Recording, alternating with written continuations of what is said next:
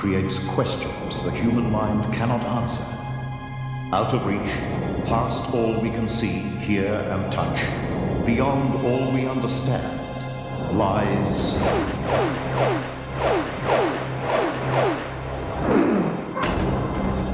the extraordinary. The extraordinary is the dream that haunted the life of this woman for 10 years. A dream of bodies under the house. All I ever see is the bodies there, and they're all women, and I don't know how they got there, and I know they're there, and I know I haven't done it, but it's like I know that they're there, and I want to tell someone. Karen Christie could see the grotesque shapes of the dead. When the infamous House of Horrors was uncovered in Britain in 1994, the dream exploded into reality. Karen Christie had visited the house and slept in its rooms. It is the world of mystery Lloyd Bridges discovered during his years in the TV series Sea Hunt, where he witnessed women giving birth underwater and watched the miraculous behavior of dolphins. Actually saw women being given birth underwater with the help of dolphins. The dolphin would bring the baby up after it was given birth to. The extraordinary is waking in an unfamiliar room, cold and disorientated. Someone had made such a terrible mistake that they should have been a bit more careful. You are in a morgue. The world thinks you are dead. Can you get me a blanket? It is the freak happening that reunited this Doberman with her master. There was no logic behind what happened. I was absolutely amazed, but so happy to have her back. The extraordinary is the most remarkable war survival story of all time. In one day, Keith Schilling cheated death so many times, he lost count. It was a long, long day. A long day. The man they couldn't kill. Just some of the stories that lie beyond our normal understanding. Tonight on The Extraordinary. If ever a man deserved to be called lucky, it's Keith Schilling. More on that later. Good evening. I'm Warwick Moss. The concise Oxford Dictionary describes a dream as a state of mind without proper perception of reality, or a series of pictures or events in the mind of a sleeping person. What the dictionary doesn't tell us is what those dreams mean, or why we have them. For some people, dreams never reveal their meaning.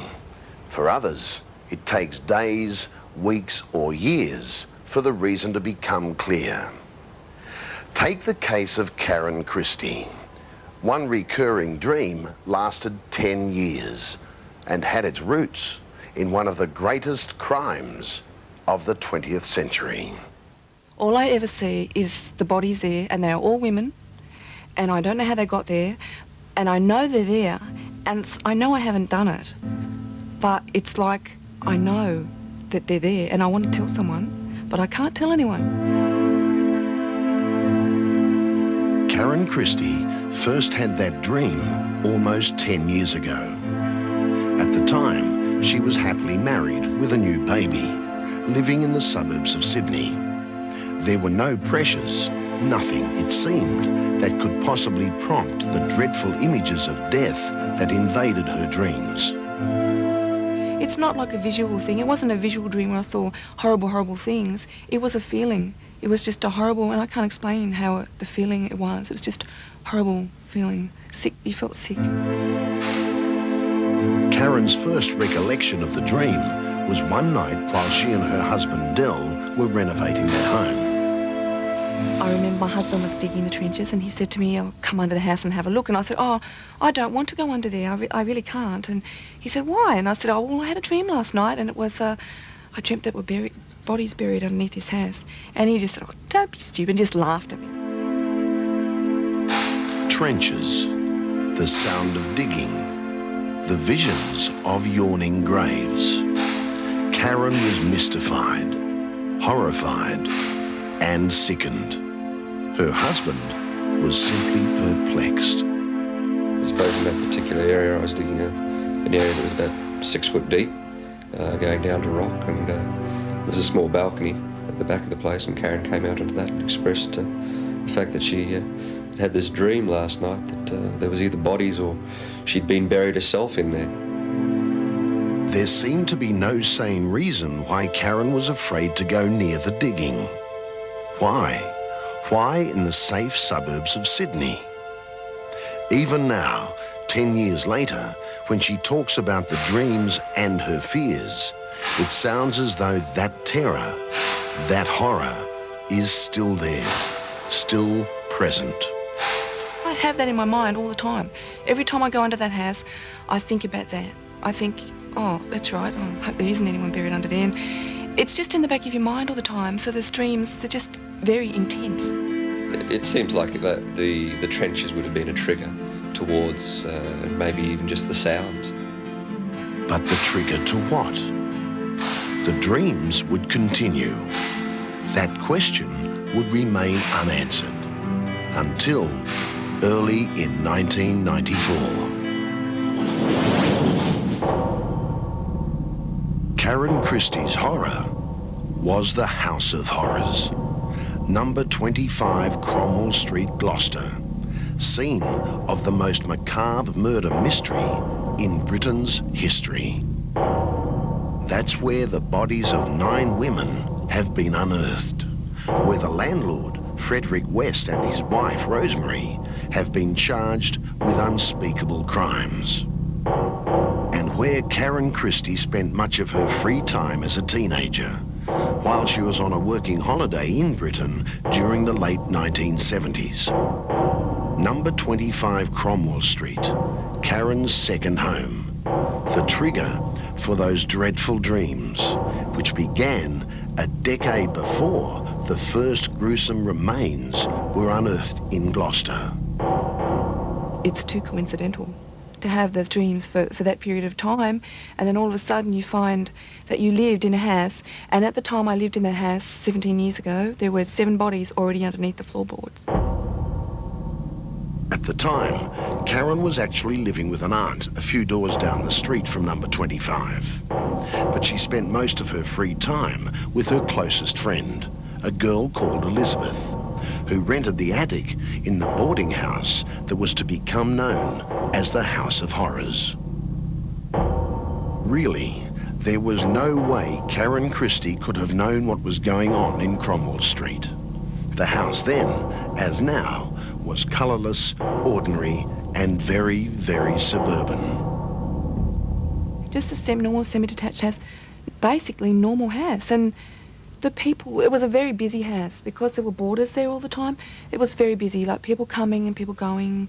And I actually liked going there because I was very lonely. I missed my family. Today, looking back over all those years, Karen does remember some happy times in England. Her job in a bar where she worked with Elizabeth, the parties, the laughs. But there are other memories, fleeting ones, of number 25 and the owners, Frederick and Rosemary West. Memories, feelings that something was not quite right in that semi in Cromwell Street. The house did sort of smell. The downstairs smelt. And it wasn't a food smell, and it wasn't a smell you could really relate to anything. It was just a smell, and I smelt it, and I don't know if anybody else did, but I did. For 10 years, long after she'd returned from England and settled down in Australia, Karen Christie dreamt about bodies buried beneath a house. There was that sick feeling, and there were the nagging questions. Was it her house? Her body? The dream was to haunt her until Gloucester police began digging in the garden at number 25 Cromwell Street, and the first bodies were discovered.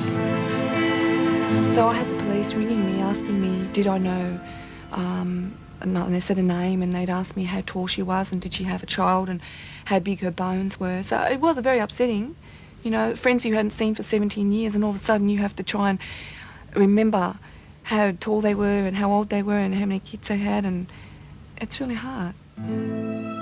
At first, Karen feared her old friend Elizabeth might be among the victims.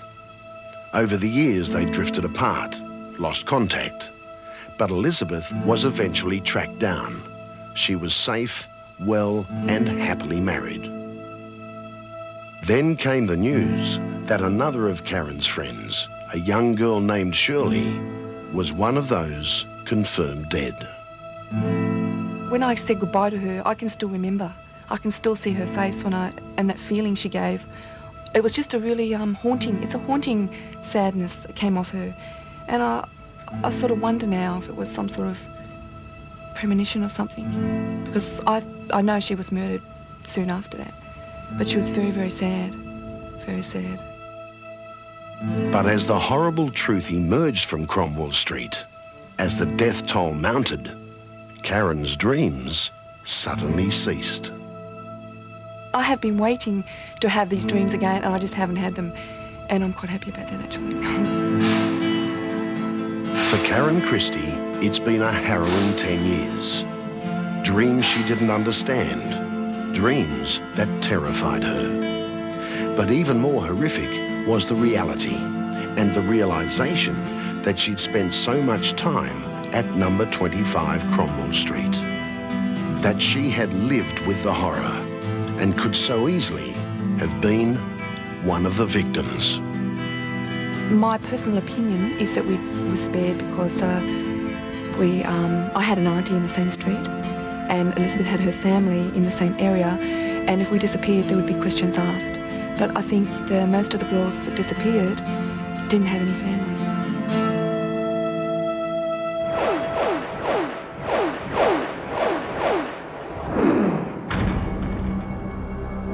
Hollywood these days is the Bridges clan. Son Jeff is a superstar. His brother Beau is a critically acclaimed actor and director. And then there's the old man, Lloyd, Mr. C. Hunt himself, one of the real nice men in Hollywood. He looks upon himself as a grandfather, someone who can pass along to the generation beyond his sons and daughter the same thing that made them a family of doers. Lloyd Bridges, longtime Hollywood survivor, is a man who knows that good times come from hard work and the right priorities. For Bridges, the first one is family.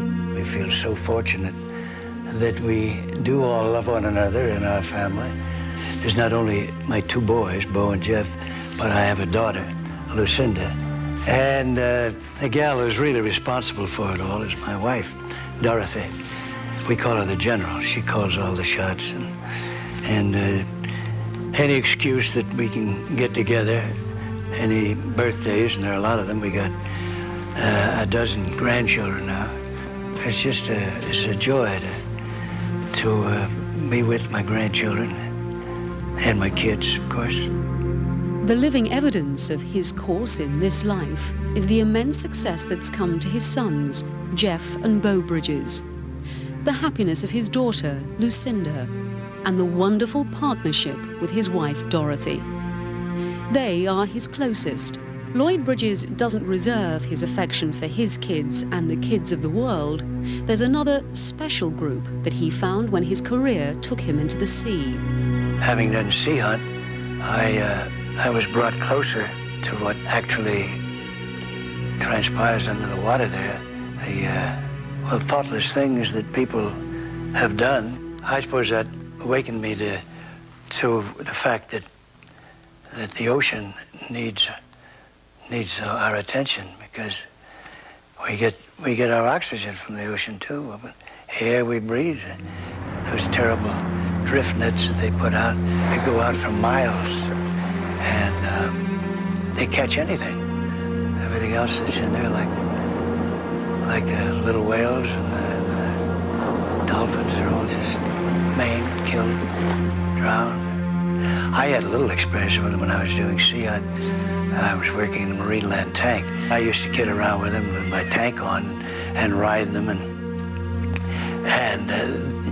they were just like well, dogs, you know. You get on them and they would play with me. I felt something between them, a good kind of nice relationship, warm relationship. I met a lady when I was in Maui, and she had lived the last several years of her life almost with dolphins, and actually saw women being given birth underwater with the help of dolphins. The dolphin would bring the baby up after it was given birth to.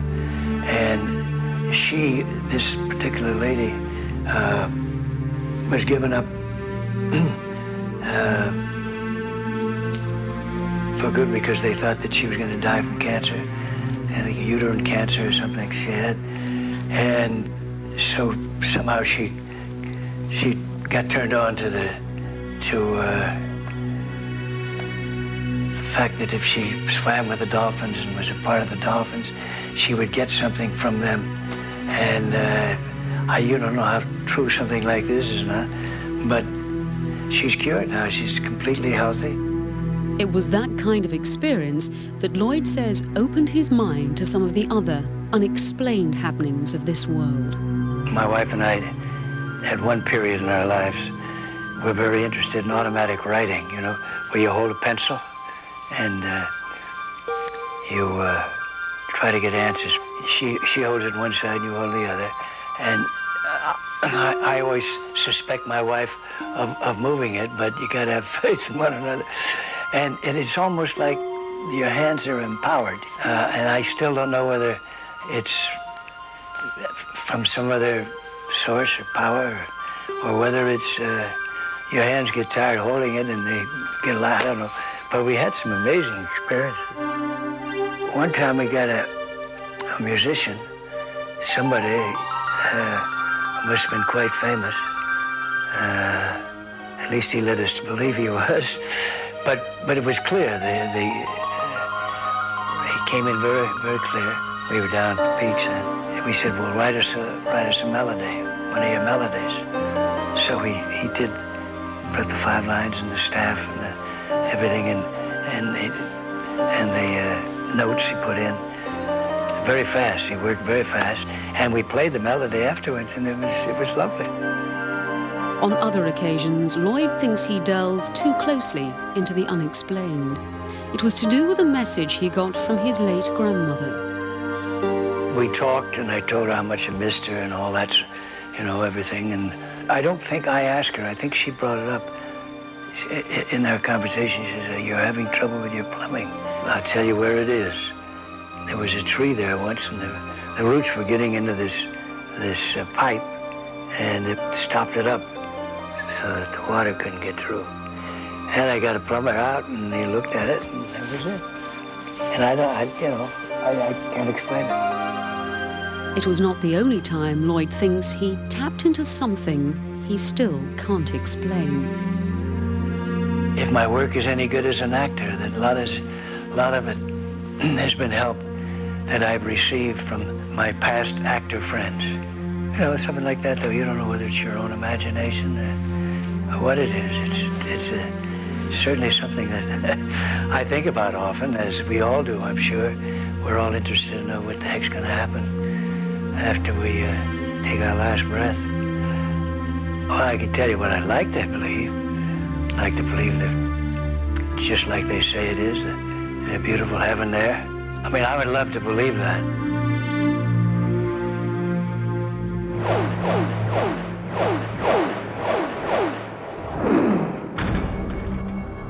Imagine waking one day in a cold, unfamiliar room. You're naked, a sheet covering you from head to foot, and you are lying on a slab. You are, in fact, dead. At least as far as the rest of the world is concerned. But as far as you know, you are very much alive. a teenage girl. The doctors apparently had given up, pronounced her dead, and consigned her body to the hospital morgue. But not only was she very much alive, this road accident victim had returned from a celestial journey with a clear direction for the long and fruitful life that stretched before her. God, wake up! Denise, listen to me! The accident happened on an evening in November 1965, near Auckland in New Zealand. Two young girls had been driving back from a weekend visit to relatives in the country. Their car skidded in gravel, rolled several times, then plummeted over a steep embankment.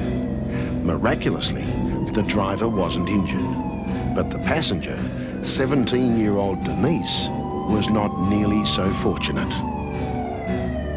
I had spinal injuries and I had several knocks about the head as the car rolled. My head kept banging. And additionally, I put my foot through the front window, so I lost one toe and severed another. By the time Denise reached hospital, she was floating in and out of consciousness. She remembers that medical staff were preparing to operate, but at this stage, she had not been given any anaesthetics. I was on the operating table and there was a young doctor, perhaps in his early 20s. He was a registrar, and a nurse who was about my own age. She was still in training. And the two of them were flirting at the time because they obviously didn't think that I was aware of what was going on. And about this time, my body seemed to, or my spirit or something, seemed to leave my body. And I was up in the ceiling in the corner, looking down over them, operating on my foot.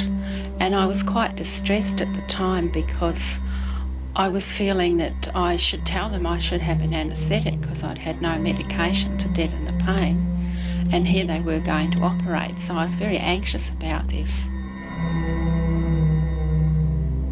I seemed to lose interest in what was going on, and I felt myself falling into a big sort of tunnel or a big hole, and I thought of Alice in Wonderland as she tipped over and over into this blackness.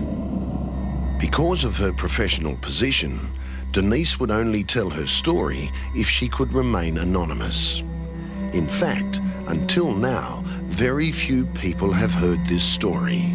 One is researcher Dr. Sherry Sutherland, who has interviewed hundreds of people who are convinced they've had near-death experiences. Some people call it a tunnel, others describe it in other ways.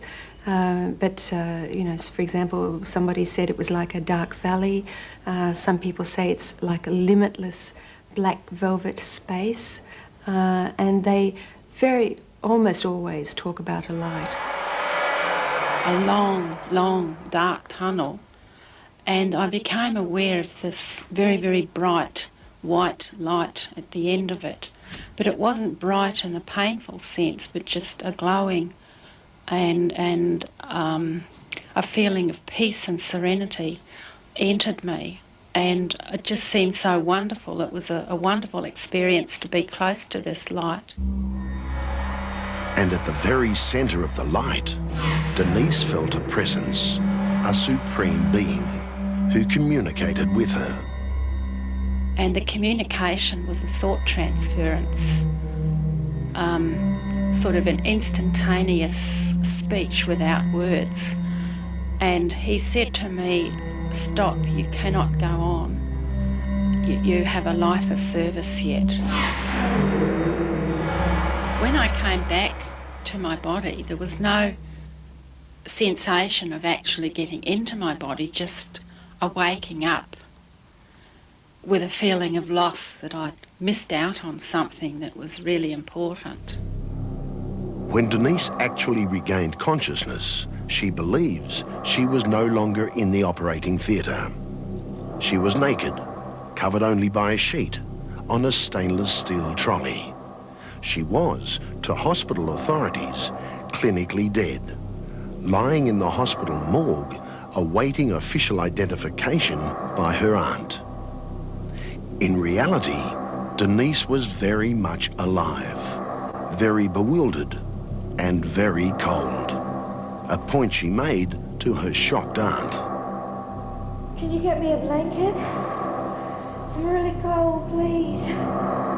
She didn't seem very pleased at all. She was angry that someone had told her that I was dead, and she was angry that someone had made such a terrible mistake that they should have been a bit more careful. To this day, Denise has no idea how close to death she really was, or for that matter, how she came to be on that trolley in the morgue. When I talked to this godlike figure, it seemed like a matter of a minute or even less. And yet when I was back on the earth body, it must have been 30 or 40 minutes, given the time it would have taken my aunt to have driven to the hospital. When she got back, she thought to herself, well, what on earth is a lifetime of service? She didn't have, as a teenager, she just simply didn't have a concept of what a lifetime of service was.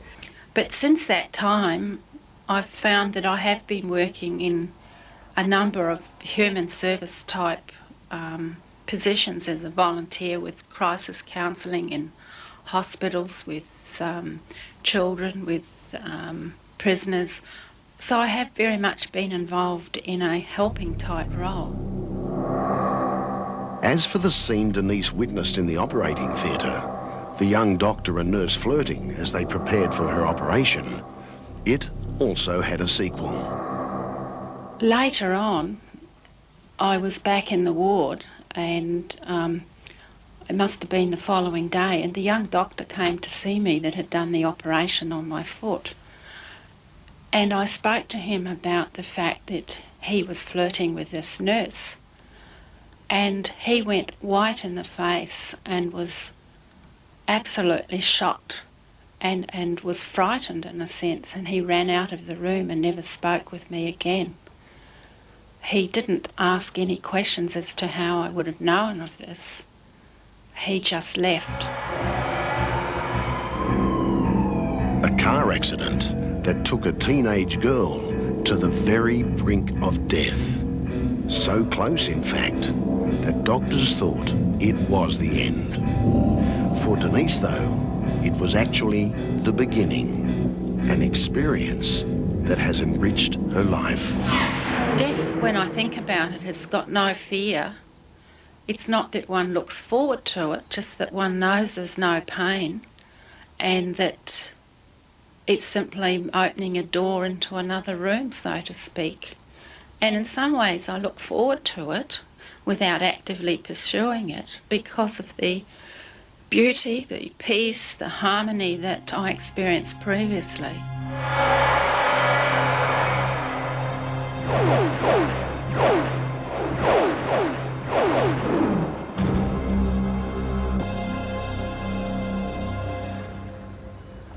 We've spoken before about the undeniable sensory skills of animals. They hear things we don't, sense things we never see.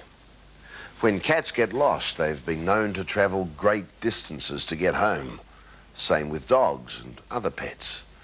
But there are times when even animals' surprising powers leave them stranded. And then it's up to fate to step in. This is Levi, the Doberman, a dog who owes her life to a near disaster and a few bizarre twists of fate. A dog who also puts a twist on a very old adage. In this case, it was a man who was a dog's best friend. The man was Rick Fairman, a firefighter in the New South Wales city of Wollongong, south of Sydney. Not just any firefighter. Among other awards, Rick's received the Commonwealth Medal for Bravery. He and his wife Rhonda bought Levi when she was a pup. From the first day, she became part of the family, lavished with love and attention. We've had Levi for 9 years now. We got her as a pup, and she was my baby. And now that I've had children, I know exactly what it's like, and that's how we used to treat her. But 3 years ago, it looked as though the Fairmans had lost their best friend, Levi.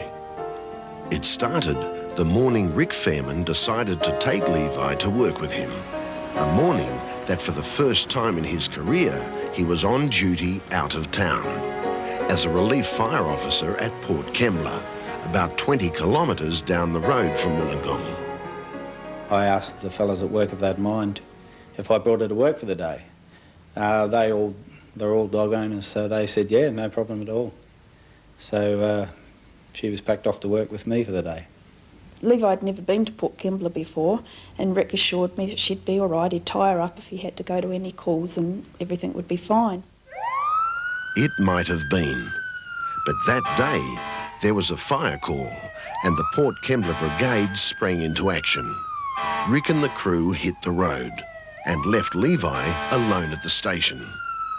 When we come back, the collar was there, the lead was there, but there was no dog. For days, the Fairmans and their friends searched Wollongong and Port Kembla. There were appeals on radio, door-to-door inquiries. The result was negative. No clue to the missing Levi's whereabouts. I never had the feeling that she's gone for good. I always felt like she's meant to be here and, you know, she'll be back here. After 10 days, the Fairman's confidence was waning. On the 10th night, Rick was back on duty, by chance again, filling in for a sick firefighter at Port Kembla. And as you'll remember, he'd only been stationed there once before in his life, the day Levi disappeared. And, by chance again, there was a fire alarm from a shop in Port Kembla. At the scene, another coincidence. When the fire was under control, the order went out to check the flat behind the charred shop. Of all the firemen there that night, Rick was assigned the task. Outside the flat, he found a man and a woman. They were unhurt, but naturally they were distressed and suffering from smoke inhalation. As Rick helped them to safety, there was an uncanny development. The man was carrying some belongings, and the lady had a lead, and on the lead was a large male Doberman. I turned to them and said, have you seen a female Doberman wandering around the streets, maybe around here? And I got a big shock when the bloke turned around and said, yeah, we found one the other day. Rick Fairman's hopes soared. Could it possibly be the missing Levi? Sure enough, as the garage door at the back of the burnt-out shop was opened, there was a Doberman that was very familiar. As soon as I saw her, I knew it was her, and I just said her name, and the ears sort of started to move, and then I called out again, and she just jumped on me and licking me, and from then on, she just wouldn't do my leg. She was pushed up against my leg everywhere I walked. She wouldn't go anywhere. After 10 days, Levi was reunited with her master, and soon the couple who rescued her told the story of those missing days. It seems Levi had tried to make it home to Wollongong, and she was on the right track. Halfway there, only a busy multi-lane highway had stopped her. You see, Levi had been trained not to venture onto the road alone. She had sat there, and the people had seen her, and when they came back she was still there, so they enticed her up to their place with a bowl of milk. She was in a suburb a good 7-8 kilometres away. The chances of that house being on fire that night and me being at the station to respond to that fire it must be phenomenal, the chances. A lost loved one, trapped in an alien place. A near disaster and a series of lucky breaks that brought Levi home. Even now, years later, the Fairmans cannot believe their good fortune. I was absolutely amazed, but so happy to have her back. So she got spoiled for quite some time, and I'm happy to say that we still have her.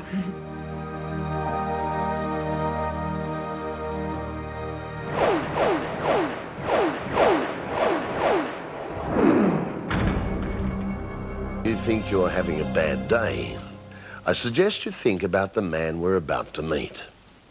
His name is Keith Schilling, and if there's ever been a man whose name should be lucky, it's Keith. On April the 5th, 1945, Keith Schilling became the man they couldn't kill. It was a long, long day. A long day. The day was April the 5th, 1945. The longest and luckiest day in Keith Schilling's life.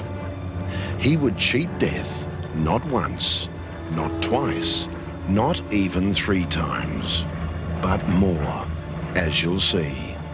On the morning of April the 5th, Warrant Officer Schilling was wireless operator on board a Royal Australian Air Force B-24 Liberator, going into action against the Japanese in the Timor Sea off Darwin. There were 9 Liberators in the Australian squadron. Then out of nowhere, the Japanese attacked. Keith Schilling's Liberator took the full force of the Japanese firepower.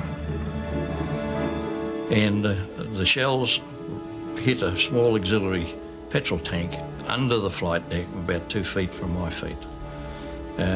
This, of course, exploded, and a fire of that sort, fanned by the air rushing through the shell holes, was like a blast furnace. It wasn't long before the engineer and myself, having tried the fire extinguishers, that we were told to bail out. And the fire was hot, and of course self-preservation's the first thing that anybody thinks about. I grabbed my parachute and put it on, instead of with a right-hand pull, put it on a left-hand pull, because it clipped on the front of your harness. Said goodbye to my beautiful cap and dived out through the bomb bay. On the way, of course, you were taught only once that you count 10 before you pull the ripcord. Well, I tell you what, my 10 was the fastest 10 on earth. And I counted only 5 parachutes that came out of our aircraft. 2 fell out without chutes. The fire just drove them out before they had time to do anything. And this self-preservation, forced them out, knowing full well that they would die. With the dogfight raging above, Keith Schilling hit the water. He was in one piece, but his troubles had just begun. I landed in the water with the chute and unfortunately got tangled in the shroud lines. But like all young airmen of the day who thought that they were the greatest thing that God had put on earth, I carried a Bowie knife in my flying boot, and I used that to untangle my legs. Keith Schilling was literally all at sea. All the time that I'd been in the Air Force, and even before as a kid, I had a fear of water. Friends had tried to teach me to swim, and I could float. That was one good thing, but to swim, the answer was nil. But I soon learned that God gave me 2 arms and 2 legs, and what you did with them, and with my West to help me, I paddled around in this rough sea, wondering what I was going to do next. A dinghy had been thrown to me, a little one-man dinghy with a CO2 bottle on it that broke off when it hit the water. So I had a dinghy that was blown up with a hole in it, which I tried to plug with a thumb. And the thumb is not very effective in rough seas. And eventually it went flat. Keith Schilling, alone, a non-swimmer, fighting to stay afloat. And all the while, the Japanese fighters were strafing the ocean, trying to pick off the survivors. Then, rescue seemed at hand. An Australian Catalina seaplane landed just metres away. And if I could have walked on water, I would have, but I got up as high as I could and shouted and screamed and waved arms, and you do all the things that anybody would do to direct attention. It zigzagged on the water over several 100 yards, and then, to my great delight, they spotted me, and came alongside, and I was hauled in through the blister. There's a gun blister on the side of it, and taken inside, pretty cold and wet, and told to strip off my clothes and put a blanket on and get into bed. Safe for the moment, but by no means sound. The Japanese fighters struck again, and their aim was spot on. This time, the rescue Catalina was hit. And after a few moments of sort of running fire, the petrol tank burst into flames. Now, the petrol tank on a PBY or a Catalina is right above the cabin. And this poured in through the cabin, and I'm standing there, dropped the blanket, and the blazing petrol went down my back. And it was put out by one of the crew, and then all thrown back into the water. By this time, I don't have the benefit of a Mae West. I don't have the benefit of clothes, and it was really sink or swim. Another 2.5 hours at sea. Another dinghy dropped into the ocean from would-be rescuers. And then, another miracle. Another Catalina. It was an amazing sight. And he taxied towards us, and the story doesn't end there. The wing float landed in the middle of one of our dinghies and cut it in half, so you're all back in the water again. So back in the final dinghy, paddled alongside, and guess who was first off? Yours truly. No clothes, nothing, and I landed on the front, glued myself to the windscreen, and I don't know what the skipper inside thought when he saw this naked apparition glued to his windscreen, and it took quite a bit to get me back inside.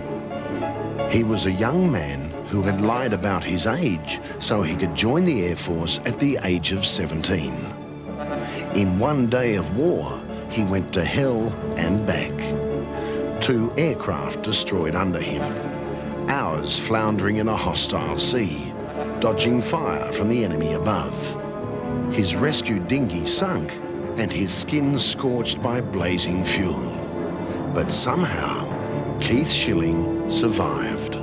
It's one of the puzzles of life, isn't it? That one comes through a day of tragedy for others. And yet I had no fear that I wouldn't return, and I still say, even today, why me?